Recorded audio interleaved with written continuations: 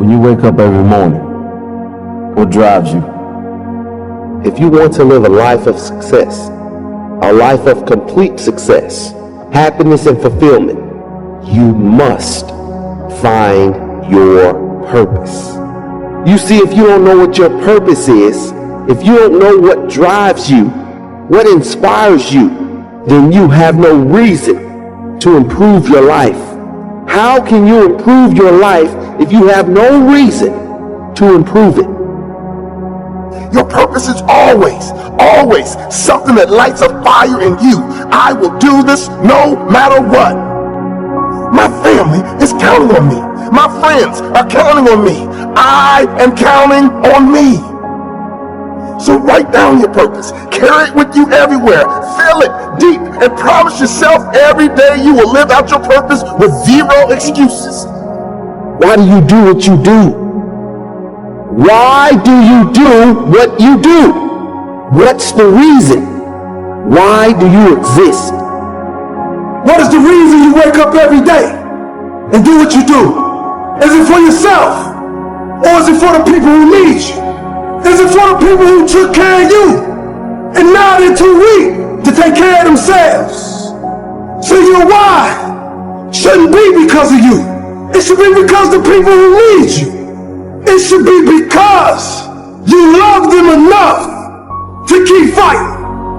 Do you know and do you not agree that right now there is someone who has less intelligence than you, started with less money than you, less opportunities than you have, and worst of all, has less passion than you, and they are living their dreams, earning millions, or doing something that you would love to do.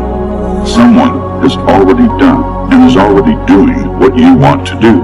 And no, they didn't fall into a rich family to do so. They were not born lucky. You know you can be more.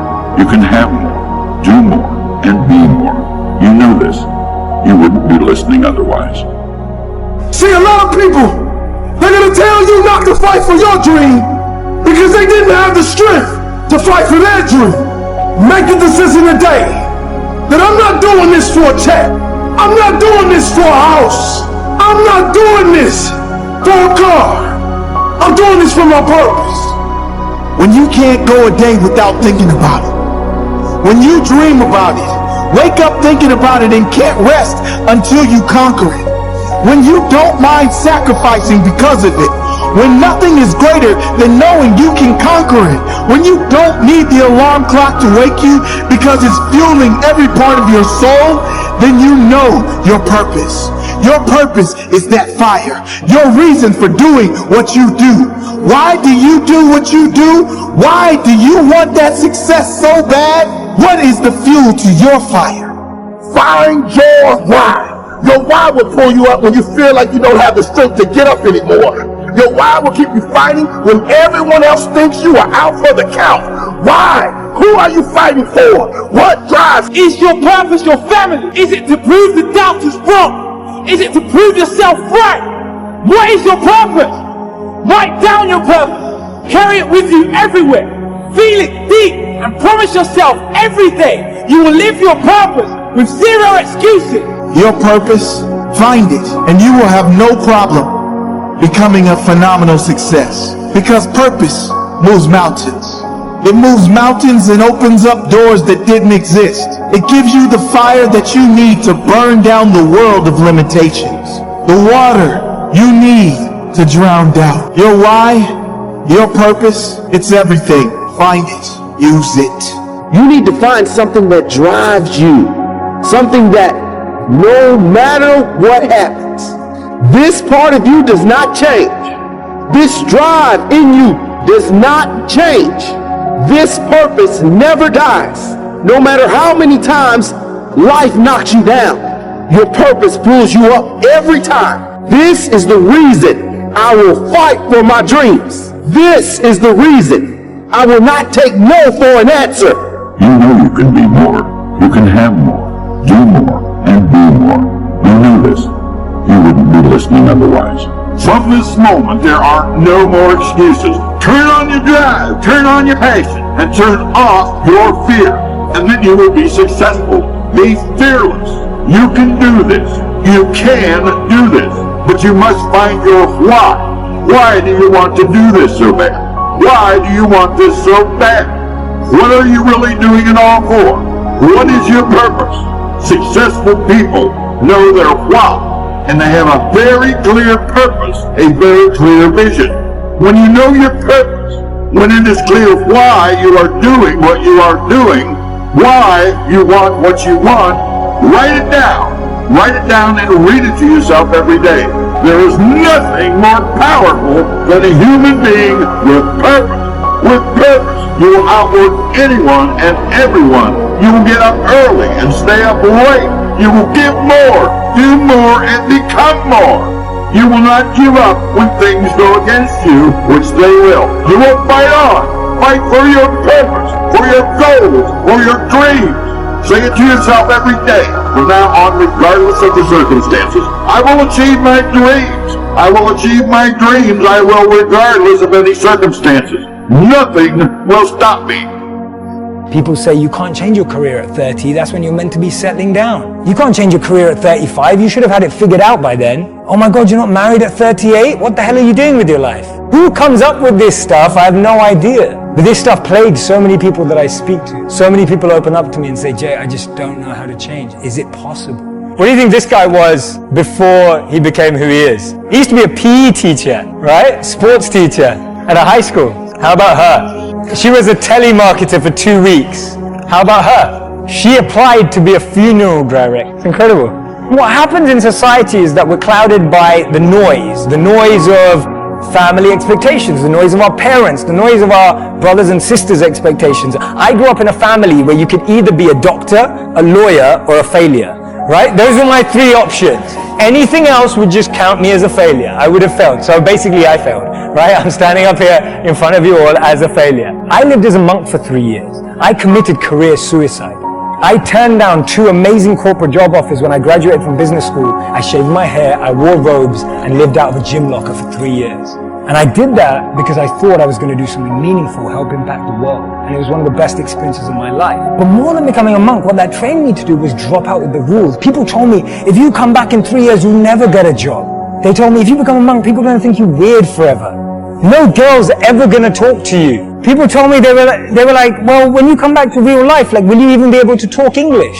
Like, people were just really weirded out. I'm just like, okay, I think monks speak English. And there was so much different noise that I was hearing when I made that decision. And the funny thing is, from having not been a monk for 4 years now, I'm in one of the most incredible periods of my life that I could ever have asked for. And so much of that is based on the fact that I decided to do something different. So many of the times our expectations are driving us in a certain scenario. We focus so much on life in what we want to be as opposed to who we want. Because we've always been told that life and jobs and careers are like boxes and containers. There's only a finite number of options. There is no formula, there is no pattern.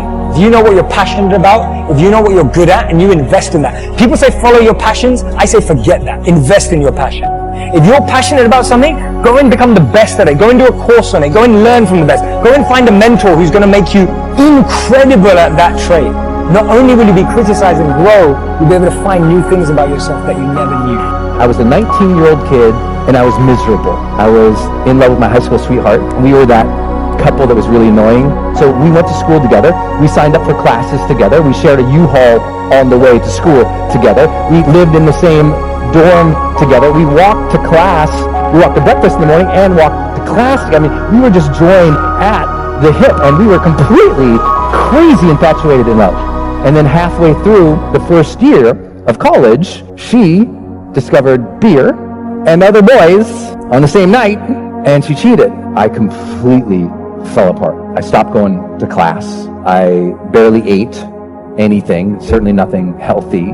I stopped studying. I just stopped caring about the world. Literally couldn't get out of bed. And I never thought about it until years later that reading changed my life. Because I was still reading. There's one thing that's brought me through everything. And I happened to pick up the school newspaper, and I opened it up, and there was this full-page ad. It was this perfect white sandy beach, turquoise water, big green palm tree. And across the top of the ad, it said, escape. Students needed for summertime jobs in the Dominican Republic. So I escaped. I went down there, and one night, my friend Kevin and I, we hopped into a car after dropping off a client. So we're going down this road 85 miles an hour in this car, and the windows were open and that air was coming in. That amazing humid, if you've been in the Caribbean, that just gorgeous, amazing humid air is coming in. And then we came upon a corner. We take that corner 85 miles an hour, and that corner became the turning point that put my feet on the stage for you today. Kevin grabs the wheel. He goes, "Hold on!" And I brace. And the car starts sliding sideways. And that weird slow motion thing happens. Kevin's gripping the wheel, trying to make the corner, and all of a sudden, smack. When I came to, I looked over, and Kevin is screaming at the top of his lungs, "Get out of the car, Bentley, get out of the car!" And I look over, and a whole big chunk of his head is open. So I pull myself out of the windshield of this car, and he's screaming over here, and I stand up eventually on the hood of the car, and I look, and I notice all this blood on me, and I remember just looking down, and that slow motion thing's happening. I just thought, did I even matter? And I start seeing all these images of my life when I'm surrounded by people that I care for. There's a cake in front of me. Here's my friends singing, my mom leading them in that goofy song. There's my sister just swinging and smiling right next to me. And it makes you wonder, did I love? Did I love openly and honestly and completely? Or did I hold back because that one time I got hurt? The truth of the matter, sooner or later, there are three areas that have to be budgeted in your life. You have to budget and manage power. If you're not careful, power is so intoxicating that it will totally corrupt you. The more influence you have and how you use it can be debilitating. You have to budget how you use the power that you have. Stop asking God for more influence if you're mismanaging the influence that you have, manipulating the influence that you have, moving people up or down for bad or wrong reasons with the influence that you have. That has to be budgeted or you're going to lose the power. Money has to be budgeted. I don't care how much you have of it. Anytime you disregard budgets and mismanage money, you'll end up broke. Has to be budgeted, has to be managed. When you budget something, you manage on the basis of priority. Not that you can't use it, but you're selective about how you use it. Power isn't bad, money isn't bad. If it's budgeted, if it's managed. And the other thing you have to manage is sex. Same way, oh, I lost you. Same way you had to budget. I lost most of you on the budget and the money. The rest of the three people I had left, now I'm going to kill them with the sex. But no budget for it, just out of budget, just whatever you see, you get. That's the same way you handle your money is how you handle your body. When you want something, you got to have it at all costs. You go after it. All of a sudden, you buy what you want and beg for what you need, or you sleep with who you want and you lie to who you need. Look at your neighbor and say, are you over budget? Do you even have a budget? What will you not do? What will you not say? Where will you not go? It's quiet this morning. To all of our visitors, it is not normally quite this quiet, but due to the sensitivity of the subject matter, it may be a rather conservative service today because everybody's checking their books. And when it talks about fornicators and profane, filthy people who will do just anything, he illustrates it. Now, I didn't write this. I'm just preaching the book. He illustrates it with a guy named Esau. And so I've been studying and thinking and meditating on Esau all week. Esau, if you haven't been raised in church, is not a common name. You don't hear much talked about. You hear preach more about Jacob, Abraham, Isaac, and Jacob. You hear a lot about Jacob. You don't hear much about Esau. But in all rights, it should have been the God of Abraham, the God of Isaac, and the God of Esau.